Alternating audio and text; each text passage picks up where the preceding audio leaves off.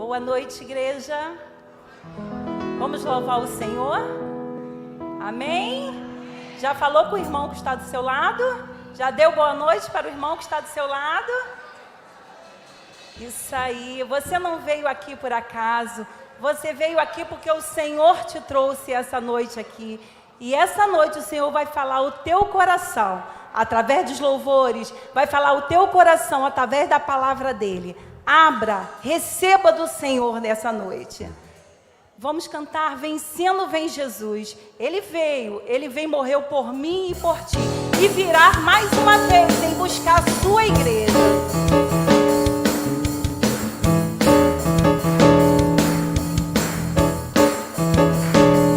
Já refúgio a glória eterna de Jesus, o Rei dos Reis.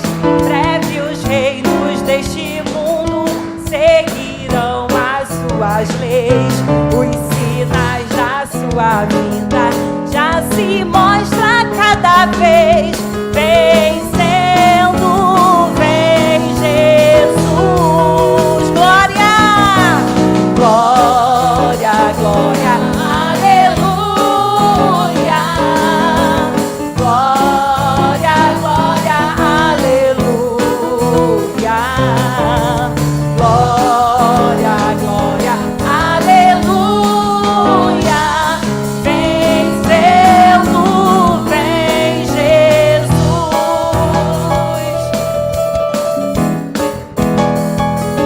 O clarim que chama os crentes, a batalha já soou. Cristo à frente do seu povo, multidões já conquistou. O inimigo em retirada, seu furor já demonstrou. Vencendo, oh glória, glória, glória, aleluia. Glória, glória, aleluia.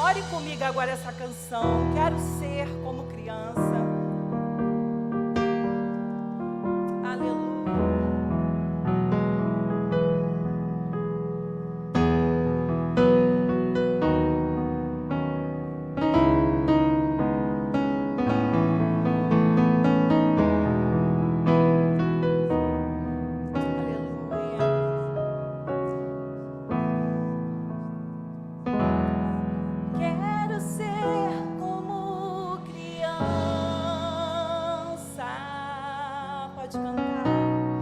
Te amar pelo que és,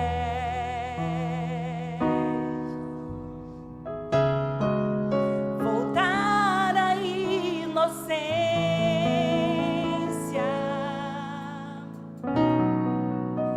e acreditar em ti.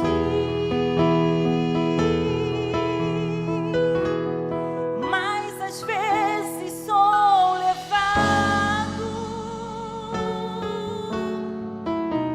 pela vontade de crescer. Torno-me independente e deixo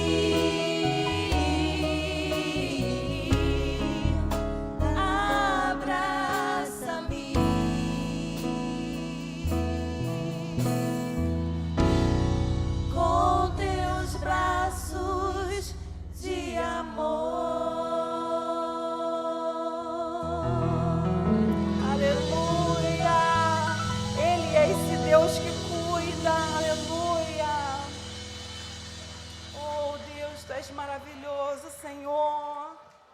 Não há outro Deus além de Ti. Louvado seja o Teu nome. Continue te abençoando. Então, chegou o ápice do nosso culto, né? Onde teremos aqui a palavra cantada. Vai ser ministrada, mas de uma maneira mais leve, mais curta, por conta do irmão, né? Que está com algumas pouquíssimas limitações. Essa igreja orou muito pelo irmão, né?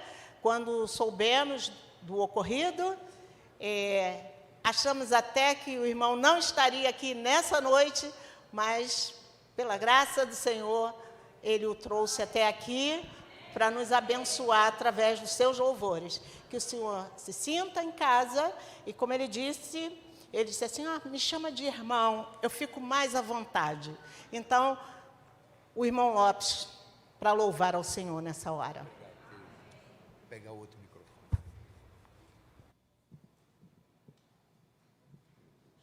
Assombração.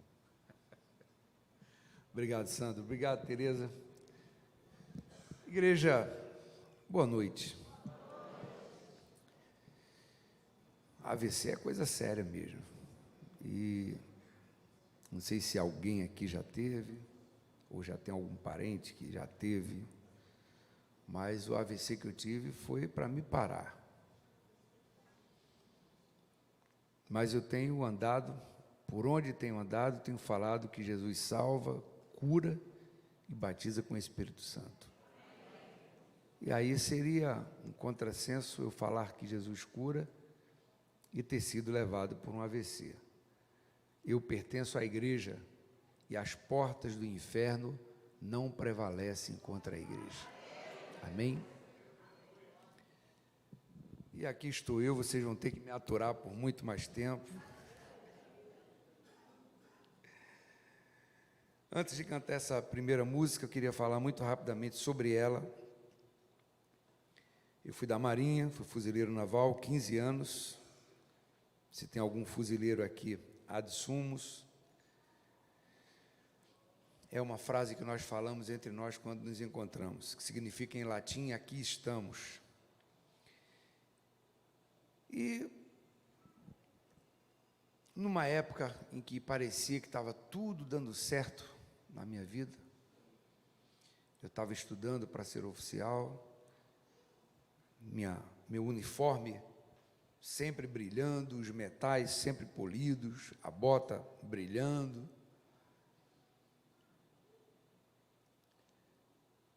Eu era desenhista do gabinete do Comando Geral do Corpo de Fuzileiros Navais. Olha, para chegar nessa função, é preciso muita oração, porque tem muitos desenhistas querendo essa posição, e aprove a Deus me colocar nela. Nunca entendi porquê, mas Ele tem os caminhos dele. E me tornei o desenhista do Comando Geral. Uma sexta-feira, o meu chefe me chamou e falou: preciso que você apronte esse mapa da região de Marataízes, no Espírito Santo. Nós vamos fazer uma operação de treinamento de guerra, e eu preciso que você faça um mapa de toda essa região, onde tem o mar, onde tem as montanhas e tal. E eu falei: comandante, essa é uma tarefa muito longa, eu não vou conseguir fazer hoje. E ele falou: preciso dela na minha mesa às 8 da manhã, na segunda-feira. E eu falei: eu vou ter que trabalhar sábado e domingo.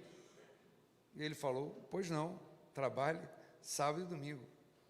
E eu dei a Deus a minha folga naquele final de semana, terminei o jantar e fui direto para a minha sala, 7 horas da noite. Entra um outro comandante, superior a ele, e disse para mim: Cabo Sérgio, preciso que você me faça uma tarefa para me entregar na segunda-feira pela manhã. Aí eu falei: comandante, acabei de receber uma tarefa aqui do meu chefe direto, e ele me deu essa tarefa para entregar também na segunda pela manhã. Eu não vou poder fazer o seu pedido. E ele olhou para mim e falou: quantos galões tem o seu chefe no ombro? Eu falei: tem 3. Quantos eu tenho? O senhor tem 4. Então cumpra a minha ordem, cabo. Eu: sim, senhor. Dobrei o mapa do meu chefe, comecei a fazer a tarefa do segundo comandante. Na segunda-feira, o meu chefe direto ligou para mim e falou: sobe com o mapa que eu te mandei fazer. E eu subi de mãos vazias. E quando ele me viu de mãos vazias, onde está o mapa? E eu falei para ele o episódio que havia acontecido na sexta-feira. Assim que o senhor saiu, eu recebi uma contra-ordem e levei uma, que a gente chama na Marinha, de chave de galão. Ele perguntou quantos galões o senhor tinha no ombro, eu falei 13, ele falou quantos eu tenho, eu falei 4, ele, então cumpra a minha ordem, eu tive que deixar a sua tarefa de lado e fazer a dele. Como o outro era superior a ele, e ele nada poderia fazer, na Marinha tem um ditado que diz que o cordão sempre arrebenta para o lado mais fraco, e o lado mais fraco nessa relação era eu. E aquele comandante, num rompante de fúria, esmurrou a mesa e mandou que me recolhessem à prisão. Prendam esse cabo agora. O sargento ainda tentou argumentar com ele, mas, comandante, ele apenas cumpriu a ordem do outro, que era superior. Não, ele deixou de cumprir minha ordem, não adiantou o sargento tentar argumentar, ele não aceitou e mandou me prender. Mas não era uma cela qualquer. Era uma cela onde eu fui colocado, que quem me via naquela cela percebia que quem tinha mandado me prender estava com muita raiva mesmo. Era uma cela subterrânea, sem energia elétrica, sem luz do dia, sem água, fedida, pequena, lugar para se passar meia hora e pagar todos os pecados que você cometeu na vida. É um lugar horrível, de feio, de horroroso, de fedido, de tudo que não presta. Era um calabouço, uma masmorra. E eu fui para lá chorando, envergonhado, com vergonha das pessoas que saberiam que eu fui preso. Mas quando eu cheguei naquele lugar e vi a condição desumana dele, eu pensei, não é possível. Esse comandante vai mudar de ideia, daqui a pouco ele manda me tirar daqui, porque isso aqui não é lugar de um ser humano ficar. E lá pelas 11h30 da manhã, eu escuto passos de alguém descendo a escada que dava acesso lá a essa cela subterrânea, e eu penso, finalmente alguém vem me tirar daqui. Mas era o sentinela me trazendo a bandeja do almoço. E eu falei, você acha que eu vou ter apetite para comer aqui dentro desse lugar? Não mandaram me tirar daqui? E o soldado falou, até agora não. Eu joguei aquela bandeja no chão, eu estava furioso também com aquela prisão injusta. E fiquei esperando a tarde avançar, até que alguém fosse me tirar daquele calabouço. E ali você não tinha noção de que horas eram, porque não entrava luz do dia naquele lugar. Mas eu escutei ao longe o toque da corneta anunciando o final do expediente. E pensei, será que vão deixar eu ficar aqui mais tempo ainda do que eu já fiquei? Só falta agora dizer que eu vou passar a noite nesse lugar. E em seguida, pouco tempo depois, eu escuto passos de novo descendo a escada. E é o sentinela me trazendo a janta. A bandeja do almoço ainda estava no chão. E eu perguntei, não tem ordem para me libertar desse lugar? O comandante confirmou a sua prisão. O senhor vai ficar aqui 20 dias em prisão rigorosa. 20 dias.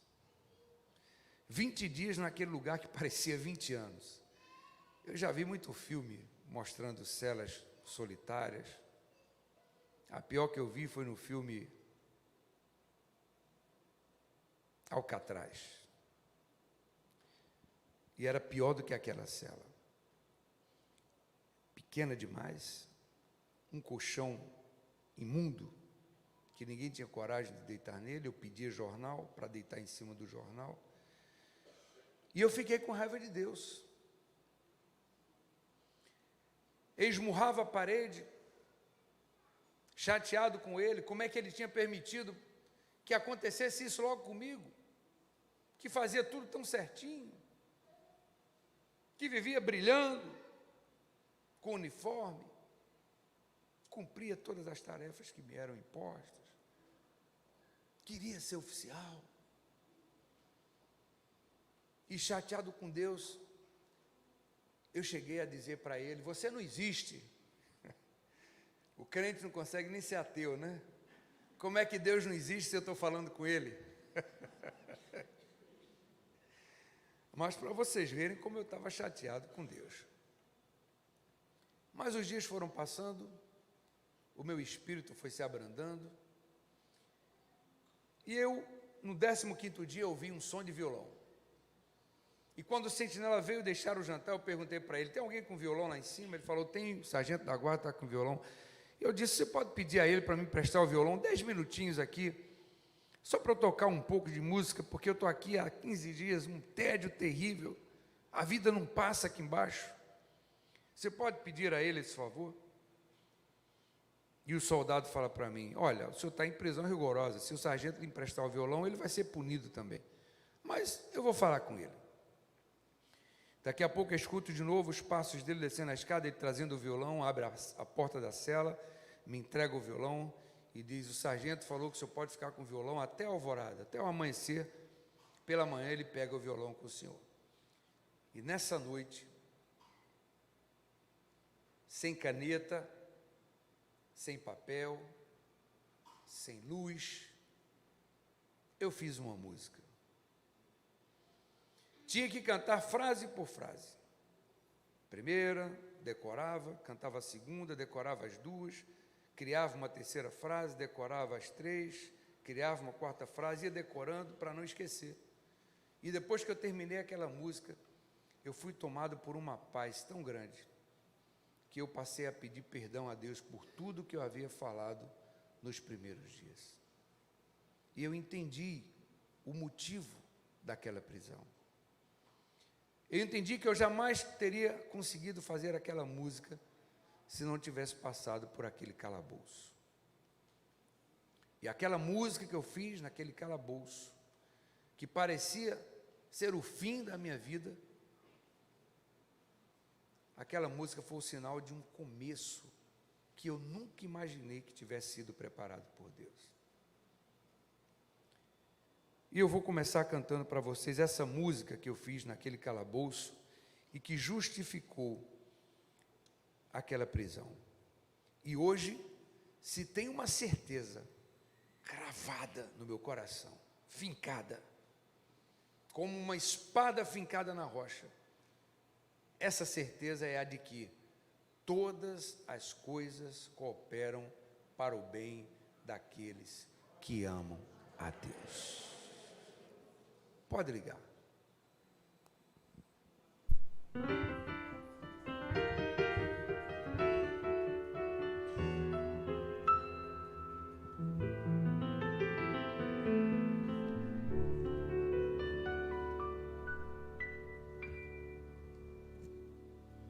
O amigo que eu encontrei me surpreendeu quando todos me deixaram, ele me acolheu e sarou minhas feridas, das algemas me livrou. Lhe falei do meu dilema e ele me escutou. Lhe falei do meu passado e me perdoou.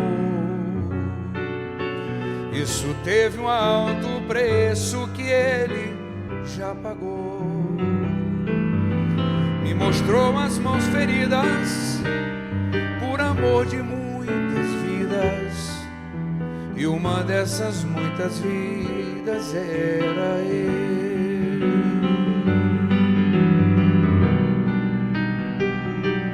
Quem nesse mundo amor tão grande pode ter, de entregar a própria vida sem temer? Quem já sentiu a dor de ser cravado em uma cruz pagando pelos erros que não cometeu, e olhar nos olhos de quem tanto mal lhe fez, e sem ressentimento oferecer perdão. Quem pode ser melhor amigo que um Senhor, que pelo servo a própria vida renunciou? Quem pode ser melhor amigo que um Senhor, que pelo servo a própria vida renunciou?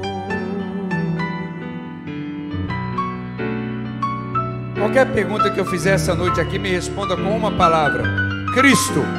Vou começar a perguntar: quem vive? Quem reina?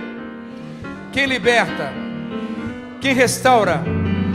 Quem renova? Se eu perguntar a Ele, diga glória a Ele. Então aplauda Ele essa noite. Lhe falei do meu passado e me perdoou. Isso teve um alto preço que Ele já pagou. Me mostrou as mãos feridas por amor de muitas vidas, e uma dessas muitas vidas era Ele.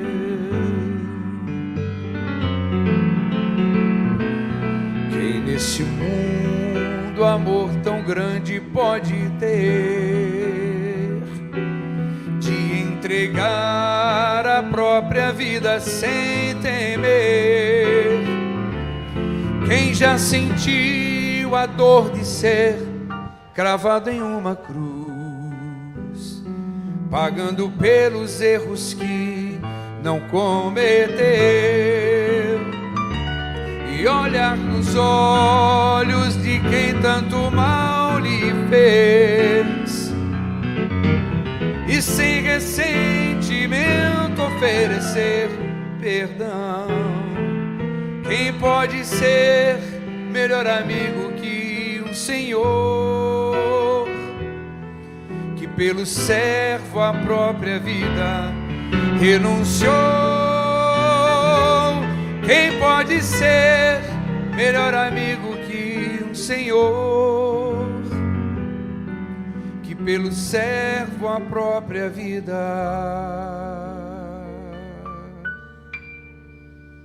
renunciou?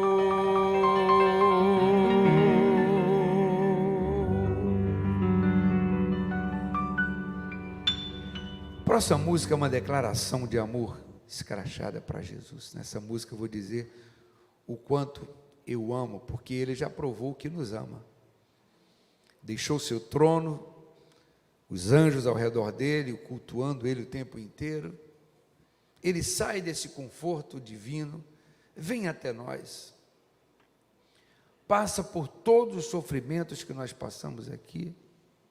O maior de todos, a ingratidão de, depois de ter feito tanto bem como Ele fez, por onde Ele passava, milagres aconteciam, pecados eram perdoados, e de repente Ele está numa cruz, ouvindo as pessoas gritando: mata Ele, crucifica Ele. Vocês imaginem a dor que Jesus sente, da ingratidão, de ter feito somente o bem para aquelas pessoas, e elas agora estarem gritando para que Ele seja morto. Mesmo assim, Ele entregou a vida dele para salvar cada uma daquelas pessoas que estavam pedindo a morte dele. Então, Ele não precisa me provar mais nada. Ele já me provou o quanto me ama. Já provou o quanto amo você. É a nossa vez de mostrar para Ele que esse amor vai ser correspondido. Amém? A minha maneira de declarar meu amor por Ele foi fazendo uma música, que é o que eu sei fazer. Se você não conhece a música, nada te impede de declarar o seu amor por Jesus também, agora comigo. Fala comigo assim: Senhor Jesus, meu Yeshua, eu te amo. Pode ligar.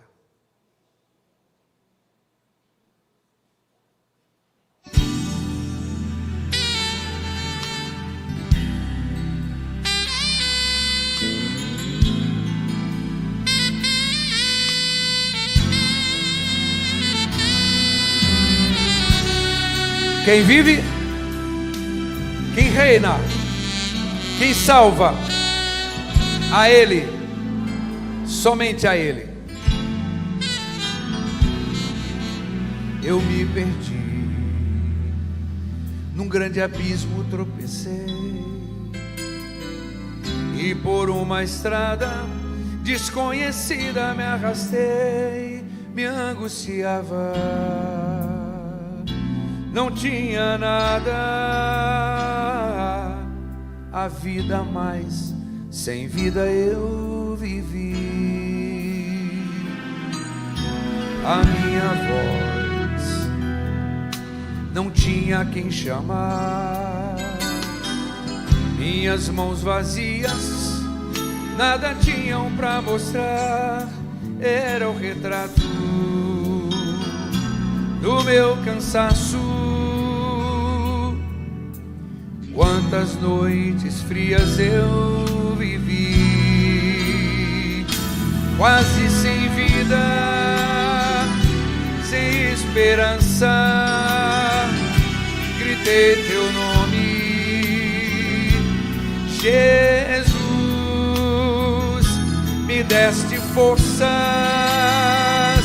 me levantaste, e hoje confesso, te amo, Jesus.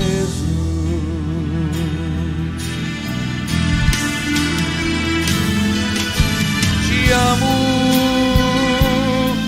cada dia que eu vivo mais te amo. Incluíste minha vida nos teus planos, e hoje vivo pra falar do teu amor. Agora minhas mãos mostram ao mundo tua estrada, minha voz semeará tua palavra,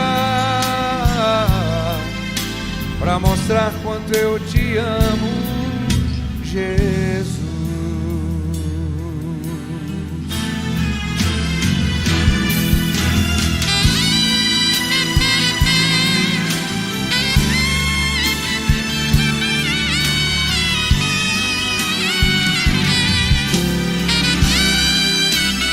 Quem vive, quem salva, a Ele, somente a Ele. Te amo, cada dia que eu vivo mais te amo. Incluíste minha vida nos teus planos, e hoje vivo pra falar do teu amor. Agora minhas mãos mostram ao mundo tua estrada, minha voz semeará tua palavra, pra mostrar quanto eu te amo, Jesus.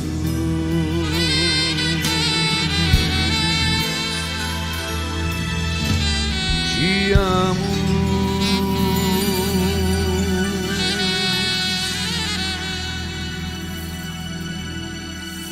O lamento de Israel. Seba.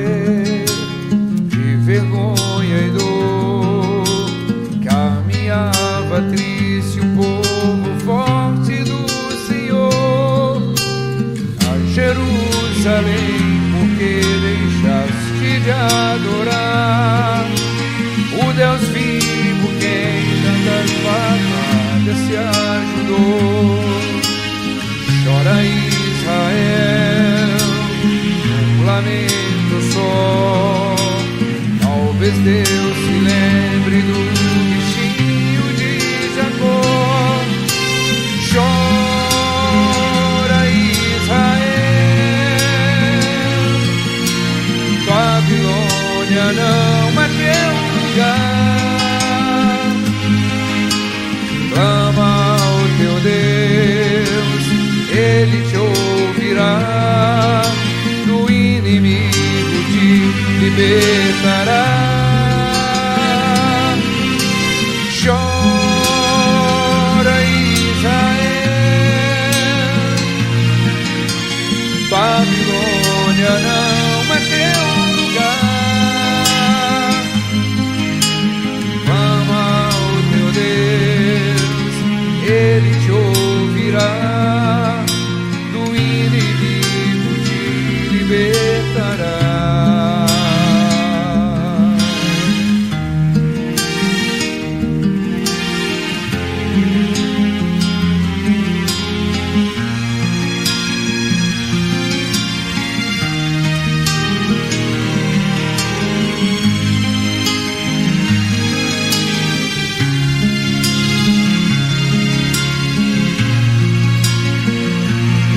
Quem vive, quem reina, a Ele.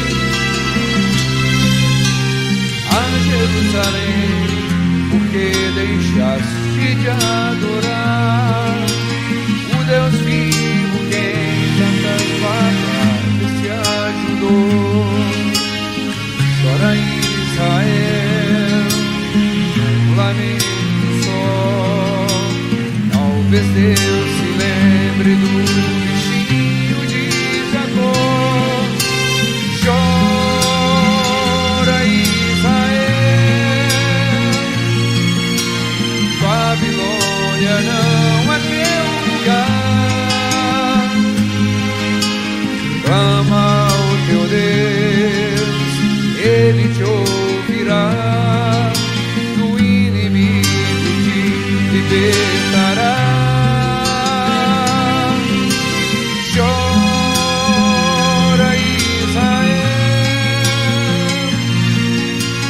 Babilônia não é teu lugar. Clama ao teu Deus, Ele te ouvirá. Do inimigo te libertará.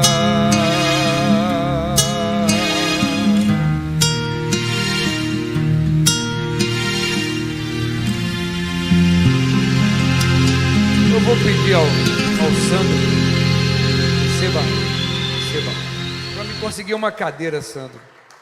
Eu acho que eu vou falar um pouquinho com o povo, mas sentado numa cadeira, para cansar menos a perna. Está ficando cansada. Mas estou bem melhor. Eu não estava nem conseguindo andar alguns dias atrás. O pé não mexia, agora já mexe. Já consigo jogar bola com o Neymar, se ele quiser.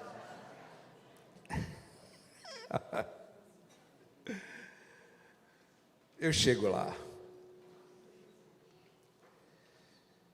Quando Jesus esteve aqui entre nós, Israel passava por um momento muito difícil na sua história. Um momento em que havia um cativeiro no qual eles estavam vivendo, muito pior do que aquele cativeiro que tinha acontecido no Egito, muito pior do que aquele cativeiro que tinha acontecido em Babilônia. Mas havia uma promessa. O profeta Isaías havia deixado escrito que Deus enviaria um que viria para ser libertador de Israel.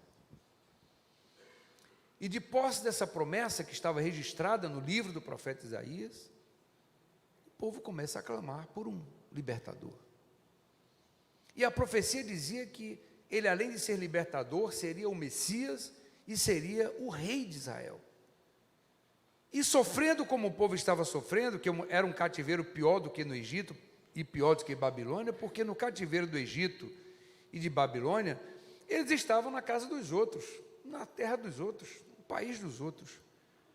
Mas agora eles estavam cativos pelo governo romano em sua própria terra, em sua própria nação, o que era um vexame, uma vergonha muito grande para o povo de Israel.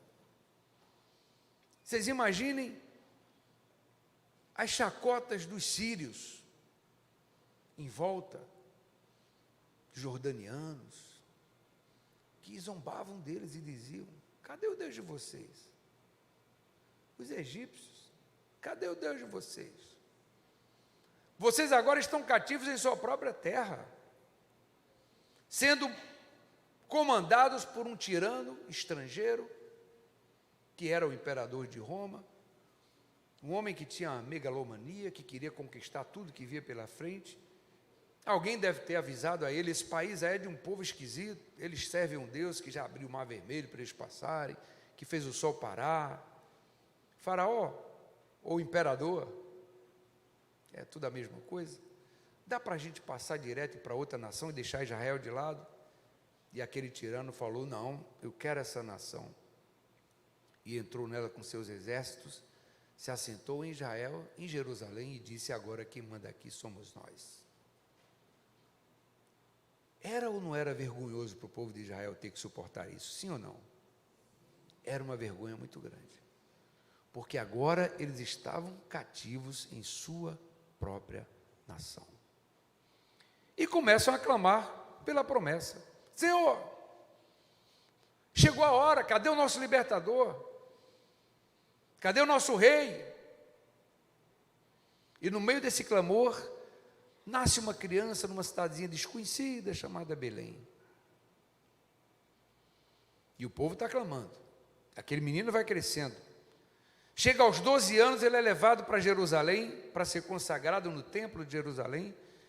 E quando ele chega lá, todos ficam maravilhados com o conhecimento que aquele menino de apenas 12 anos possuía sobre as Escrituras, a ponto de ser encontrado ensinando os doutores da lei em plena Jerusalém, com apenas 12 anos de idade. Mas naquele dia, Deus não quis revelar para o povo de Jerusalém quem seria aquele garoto no futuro. Deus apenas deu uma pista, porque se Deus tivesse revelado para o povo de Jerusalém quem era aquele garoto, ele não teria voltado para Belém como ele voltou, teria ficado em Jerusalém. Iriam montar uma casa de luxo para ele, uma mansão, porque ele era o cumprimento da profecia. Mas como Deus não revelou, apenas deu um gostinho, Jesus volta normalmente para a sua infância pobre na Galileia e continua ajudando o seu pai no ofício da carpintaria. Ele vai crescendo, chega na sua adolescência, chega na sua juventude, chega na sua fase adulta, tem um encontro com João Batista no Rio Jordão, é batizado por João, e aí agora sim começa o seu ministério profético, exatamente como Isaías havia falado. Por onde ele passava, os sinais o seguiam. Que sinais eram esses? Por onde ele passava, mudos falavam, cegos enxergavam, leprosos eram purificados, paralíticos andavam, mortos ressuscitavam, pecados eram perdoados. Tudo o que Isaías falou que aconteceria, aconteceu com Jesus. Mas ele não ia para o lugar onde ele era mais esperado, Jerusalém. Ficava andando por tudo que era lugar, Galileia, Samaria, Judéia, mas não ia para Jerusalém. E em Jerusalém é que estava fervendo a insatisfação do povo com o governo romano. Mas Jesus também sabia que ele tinha que deixar Jerusalém por último, porque lá em Jerusalém o que esperava ele era o fechamento do seu ministério com a morte na cruz. Por isso que ele deixa por último. Mas finalmente ele vai. Ele respira fundo, olha para os seus discípulos: é chegada a minha hora. Eu vou me manifestar a Jerusalém. E ele vai. É sobre esse dia que eu quero conversar com vocês agora. O dia em que Jesus resolveu ir para Jerusalém. Ele agora com 33 anos, com a fisionomia completamente alterada. A última vez ele tinha ido com 12 para ser consagrado, agora está com 33, ninguém reconheceria que aquele homem de 33 era aquele garoto que tinha ido lá 21 anos atrás. Tinha mudado tudo, não havia Facebook naquele tempo, não tinha Instagram, não tinha como registrar nada, não tinha nem fotografia, ninguém iria lembrar. Então Jesus pede aos discípulos que vão anunciar a sua entrada, e ele para um pouquinho no lugar chamado Jardim do Getsêmani e resolve ali fazer uma oração. E nessa oração Jesus já previa a angústia, a dor, o sofrimento que ele passaria quando ele entrasse por aqueles muros de Jerusalém. E nessa oração, que nós conhecemos bem, ele quase desiste do plano, quando ele diz: Pai, se possível, passa de mim esse cálice. Depois ele se recompõe e continua: todavia, que seja feita não a minha, mas a tua vontade. E dita essa oração de grande angústia, em que a Bíblia registra que Jesus chegou ali a suar gotas de sangue, tal era o sofrimento que ele já pressentia que ele encararia como carne que ele era, dentro daqueles muros que ele iria entrar. E feita a oração, ele vai. E quando ele entra em Jerusalém, tem uma multidão que está esperando a entrada de um rei, porque os discípulos já tinham ido na frente anunciar que entraria o Messias. O cumprimento da profecia iria entrar naquele dia e se revelar a Jerusalém. E o povo de Jerusalém, que não conhecia Jesus, porque não tinha Facebook para ver como ele era, está esperando a entrada de um rei. Um rei. Um rei com coroa e tudo.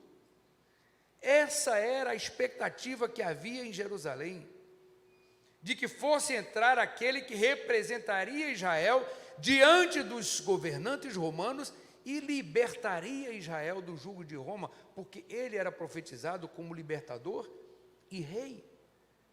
Então o povo está esperando um rei. E para aumentar ainda mais a expectativa do povo de que entraria um rei com coroa e tudo, a profecia também dizia que ele vinha da linhagem de Davi. Davi foi um dos reis mais poderosos da história de Israel. Ele tinha coroa. Ele foi o pai do rei mais rico da história de Israel, Salomão, que também tinha uma coroa. E Jesus vinha dessa linhagem. E o povo está esperando a entrada de um rei que represente a linhagem de Davi e Salomão. Tem que ter uma túnica bonita, bordada, de preferência com ouro, uma coroa, para que o povo se orgulhasse do seu rei, do seu libertador, e dissesse: agora sim, vamos conquistar a nossa libertação. A expectativa era essa. Mas quando Jesus entra, montado num jumentinho emprestado, nem dele era, não tinha coroa, não tinha túnica, não tinha comissão de frente para avisar a entrada dele, não tinha cornetas tocando a sua entrada, não tinha clarins, não tinha nada. Era um homem simples, montado num jumentinho, cercado de pessoas pobres em volta dele, e o povo esperando um rei. E Jesus entra, e os fariseus que estão ali na frente esperando a entrada de Jesus, já começa a inquietação. Mas que estrupice é aquele que está vindo ali? Será que é alguém que vem para atrapalhar a entrada majestosa do nosso rei? Quem é esse filisteu que está vindo aí? E alguém deve ter puxado a túnica dos sacerdotes e falado: não, é ele mesmo. Eu estou conhecendo ele de Samaria, de Cafarnaum, é ele mesmo. E os fariseus olhando para Jesus, montado naquele jumentinho, sem coroa, sem túnica.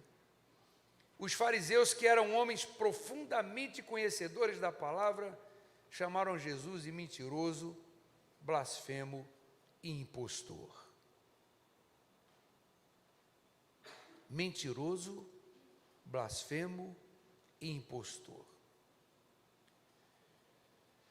Agora, vamos combinar. Jesus é Deus, sim ou não? Sendo Deus, Ele é Deus do ouro e da prata, sim ou não? E por que Jesus me resolve entrar de uma maneira tão simples? Por que, meu Deus? Tudo que Jesus fez aqui entre nós, nos deixou uma lição. Tudo, tudo, tudo. O que Jesus quis mostrar naquele dia é como nós, mesmo os mais cultos, os mais estudiosos, nos iludimos com as aparências das coisas. Estava sobre aquele jumentinho o maior rei que já pisou na face dessa terra. E não foi reconhecido porque não tinha aparência de rei. A aparência não é nada. Os maiores valores que existem nessa vida não são vistos com os olhos, são sentidos com o espírito. E Jesus deixou isso claro naquele dia. Os fariseus não apenas chamaram ele de mentiroso, de impostor e blasfemo, como foram planejar a morte dele da pior forma que eles podiam fazer. Numa cruz, com as mãos cravadas, os pés cravados, sangrando até a morte. Porque eles acharam que Jesus entrando num jumentinho era uma simplicidade tão grande que afrontava as Escrituras, porque não podia ser o nosso rei. Quem é esse impostor que entra aqui em Jerusalém dizendo que é o nosso rei, sem uma coroa, sem uma túnica, sem um cavalo puro sangue, para nos envergonhar diante dos romanos? Como é que a gente vai chegar para os romanos e dizer, sim, esse é o nosso libertador? Os romanos vão rir da nossa cara. César vai dizer, os meus capitães estão aqui em cavalos puro sangue e vocês trazem o rei de vocês montado num jegue. Eles não acreditaram que Jesus fosse rei. Mas eu pergunto para você que está aqui essa noite, sobre aquele jumentinho, estava sim ou não um rei? Era o meu rei. Eu quero crer que era o seu rei também. Simples como ele sempre foi e sempre será. A essência de Deus, simplicidade. A multidão se dividiu em duas. Uma parte da multidão olhou para Jesus e, seguindo o coro dos fariseus, essa multidão riu, gargalhou de Jesus, chacotou, debochou. Eu pensei que era coisa séria, deram as costas para Jesus e voltaram para os seus afazeres. E saíram dali chateados e chacotando de Jesus. A outra parte da multidão permaneceu e se aproximou de Jesus. E os que se aproximaram de Jesus, meus irmãos, tal era a glória que saía do seu semblante, que essas pessoas que ficaram e se aproximaram, quando chegavam diante dele, não conseguiu abrir a boca para dizer mais nada além de Hosana, Hosana, Hosana ao que vem em nome do Senhor. Tal era a testificação que saía do semblante de Jesus e se revelava a essas pessoas que ficaram. A lição foi clara. Nós somos constantemente iludidos pelas aparências. Por causa das aparências, fazemos relacionamentos errados, amizades erradas, compras erradas, contratos errados. Não é à toa que quando se quer vender produto no mercado, eles investem no rótulo, na beleza da embalagem, porque nós somos muito seduzidos por aquilo que vemos. Sim ou não? Como somos seduzidos? E Jesus sabia disso. Mas ele quis mostrar para nós que nem tudo é o que parece. Que aquele que parecia um maltrapilho em cima de um jumento, era o maior rei que já pisou nessa terra. Mas só se revelaria que não se deixassem seduzir pelas aparências. A essência do cristianismo que nós vivemos é não nos deixar em o que esse mundo apresenta para nós. Nós temos outro discernimento. Temos que ter. São 9 dons que o apóstolo Paulo apresenta como dons espirituais para que a gente possa pedir a Deus. E muita gente pede o dom de cura, o dom da profecia, o dom de línguas, é o mais pedido, é o campeão de pedidos. Todo mundo por aí afora quer falar línguas estranhas. Dom de interpretar, dom de ensinar. Mas que Paulo colocou lá, escondidinho no meio dos 9, acho que é o 8º dom que ele cita, lá em 2 Coríntios, que ninguém liga para esse dom. Do discernimento de espíritos. Quando nós temos o discernimento de espírito, uma pessoa se aproxima de nós e num simples olhar, nós não estamos amando de quem aquela pessoa está vindo. Se para trazer paz à nossa vida, ou se para trazer treva. A gente sabe porque a gente discerne pelo Espírito. A pessoa às vezes não precisa nem abrir a boca, a gente bate o olho e pá, o Espírito você diz, sai fora que é laço. Por quê? O Espírito discerne. O olho não mostra, mas o Espírito revela. E a gente sai de uma armadilha, porque o Espírito, não os olhos, o Espírito nos revelou.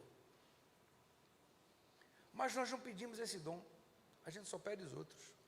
Porque todos os outros dons a gente consegue mostrar com a aparência. Se eu começar a falar em línguas, a pessoa vai ver que eu estou falando em línguas. Se eu interpretar, a pessoa vai ver que eu estou interpretando, que sou eu que estou interpretando, vai ver. Se eu curar, a pessoa vai ver que sou eu que estou curando.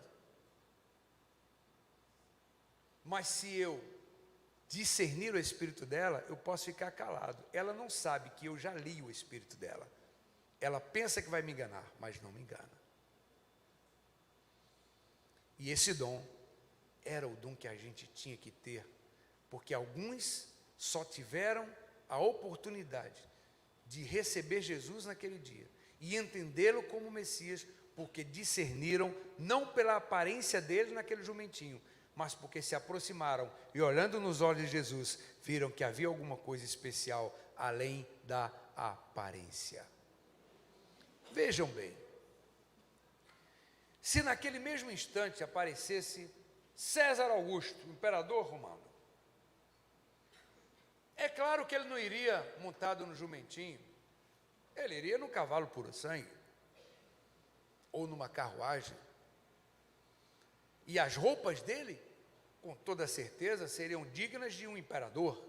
Ele estaria numa bela de uma túnica, uma beca chique, talvez com bordados em ouro, o ouro na cabeça, as pulseiras do imperador. E todos olhariam para ele e diriam, vejam, lá está César, o imperador de Roma. E todos olhariam para ele, deixariam Jesus, eu estou falando uma hipótese, mas vejam se não era isso que ia acontecer. Iam olhar para César vestido com sua imponência, iam esquecer de Jesus e com medo iam falar, Ave César, imperador de Roma. Mas com toda aquela aparência de imperador que ele possuía. Se ele se aproximasse naquela hora e falasse para um paralítico, eu sou César Augusto, imperador de Roma, e em nome de Roma eu te digo, paralítico, levanta e anda. Nada iria acontecer. Cego, eu sou imperador de Roma, e em nome de Roma eu te digo, cego enxerga. O cego ia continuar sem enxergar. Mas aquele moço montado naquele jumentinho, que ninguém deu nada por ele, os fariseus deram as costas e foram planejar a morte dele. Ele pegava um morto de 4 dias e dizia, vem para fora. E o morto vinha. para fora. Então, quem tinha mais poder? César ou Jesus? Jesus. César tinha aparência de poder. Aparência. Os poderosos desse mundo têm aparência de poder. Só aparência. Acabamos de assistir à morte da rainha da Inglaterra. Vai ser mais uma que vai para o túmulo. Rainha,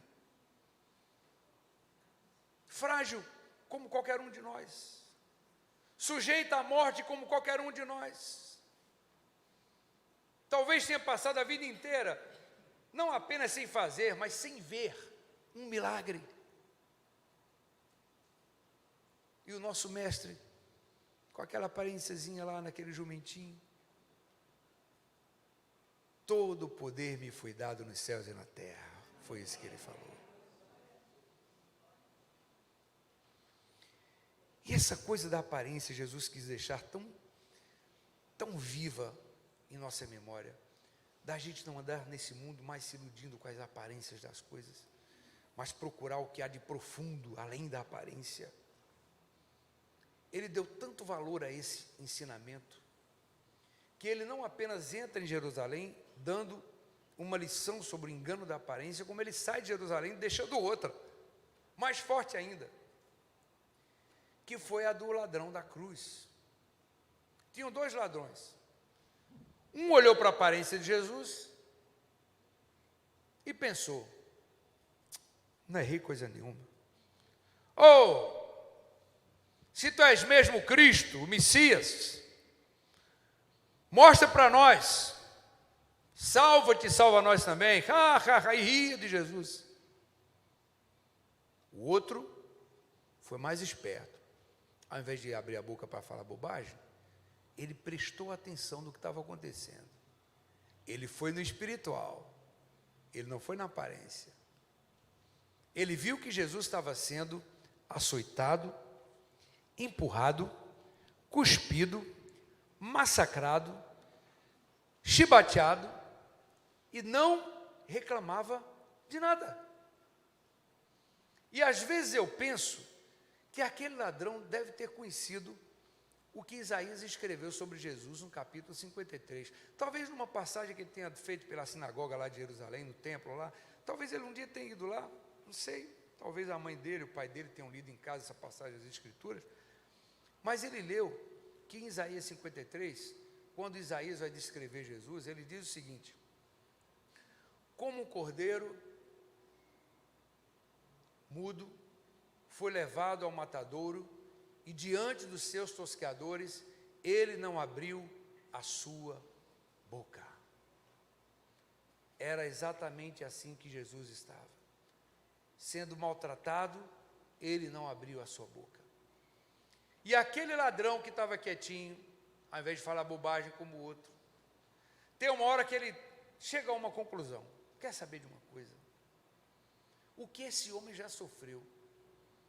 Fizeram com as mãos dele, com os pés dele, o que não fizeram com a gente. E ele está suportando tudo isso em silêncio.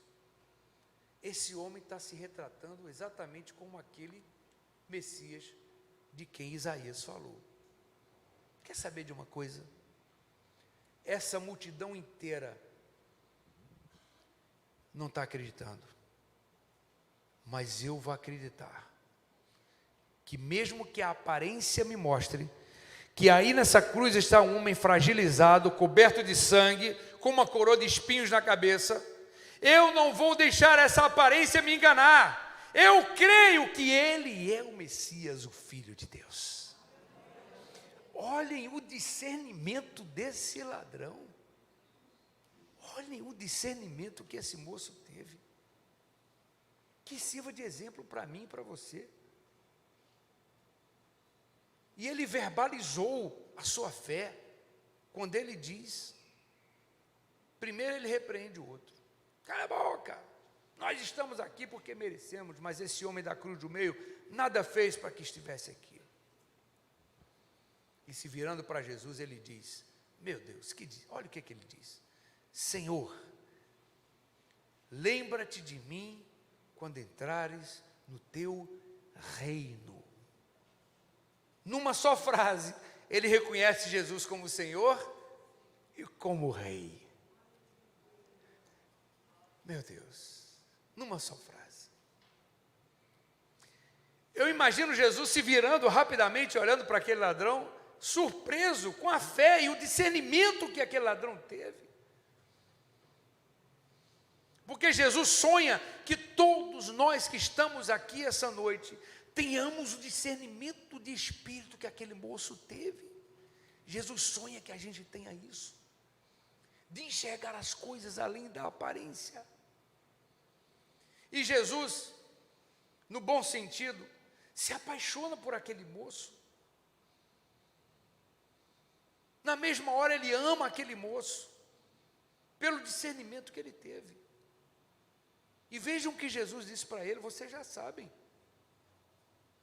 Ainda hoje, não, primeiro ele chamou de filho. Filho, ainda hoje estarás comigo no paraíso. Não precisou fazer confissão de fé, ser membro de igreja, pedir perdão pelos pecados. Jesus passou por cima de toda a lei. E só pelo discernimento de espírito que ele queria ver num discípulo, e não viu, e viu naquele simples ladrão, ele escancarou as portas do céu para ele. Quando nós aprendermos a andar nesse mundo, sem nos deixar iludir com as aparências, nós vamos estar muito próximos daquilo que Deus espera de nós. Não vamos nos deixar seduzir pelas aparências de nada. Tem coisas mais profundas que Ele vai nos revelar, se nós estivermos com o Espírito ligado. Então vocês entenderam como Jesus deu importância para isso? Ele entrou em Jerusalém dando uma lição de aparência e deixa Jerusalém deixando outra lição sobre o engano das aparências. Feche os seus olhos.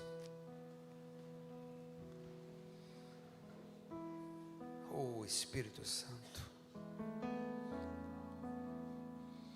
visita cada um de nós essa noite aqui. Acrescenta ao nosso espírito o discernimento, para que possamos enxergar as ciladas, para que possamos enxergar a Tua voz, ouvir a Tua voz, enxergar os Teus caminhos, aquilo que o Senhor tem preparado para que a nossa vida seja de sucesso. Nos deixe enxergar, nos dá o discernimento, Pai, em nome de Jesus, amém. Olha para mim como se eu fosse aquele ladrão. Se ele tivesse um tempinho de sair daquela cruz e fazer uma música, talvez fosse uma música muito parecida com essa que eu vou cantar agora, que se chama O Rei e o Ladrão.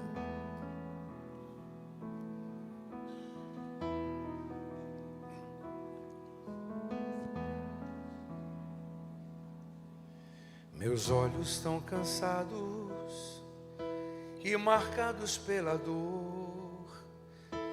Não me importava mais a vida sem qualquer valor. Humilhado em uma cruz, vendo o ódio em cada olhar, só queria ter mais uma chance de recomeçar. Tentei num grande esforço contemplar na outra cruz quem era aquele homem que chamavam de Jesus, que comigo dividia ali solidão, vergonha e dor, porque tantos lhe odiavam e outros lhe davam amor. Teu olhar me fez estremecer e crer que ali estava o próprio Deus. Pude esquecer minha dor chorei, morrendo por falar de amor, na luz do teu olhar, senti o teu perdão, lavaste com teu sangue meu coração. Sei que esse amor não tem fim. Creio que és filho de Deus, ninguém jamais me olhou assim. Quando entrares no teu reino, lembra de mim. Teu olhar me fez estremecer,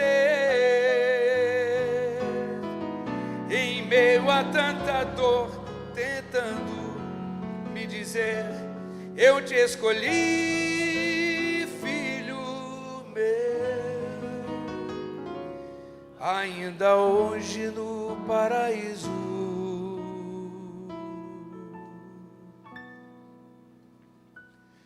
comigo estarás.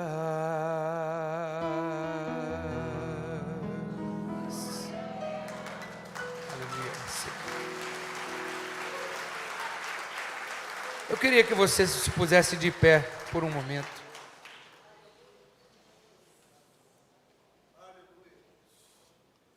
Eu não sei se existe alguém aqui, talvez todos aqui já tenham tomado a decisão de receber Jesus como Senhor em sua vida. Talvez todos. Eu espero que sim, que todos. Mas talvez exista alguém aqui que deseja receber Jesus como Senhor de sua vida.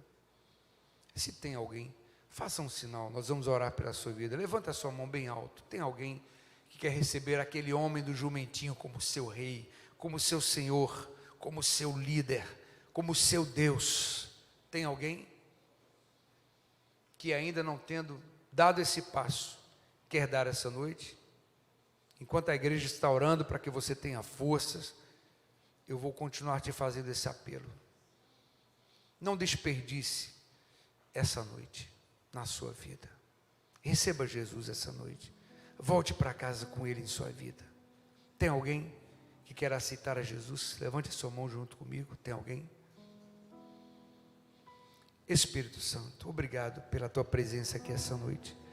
Obrigado porque todos aqui, eu creio, já foram alcançados pela tua graça, pela tua misericórdia.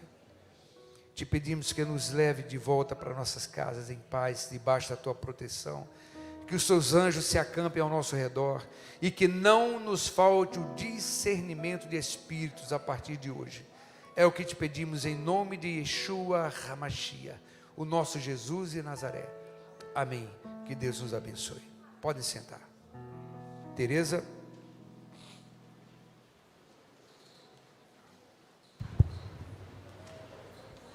Que Deus continue abençoando o irmão grandemente. Obrigado.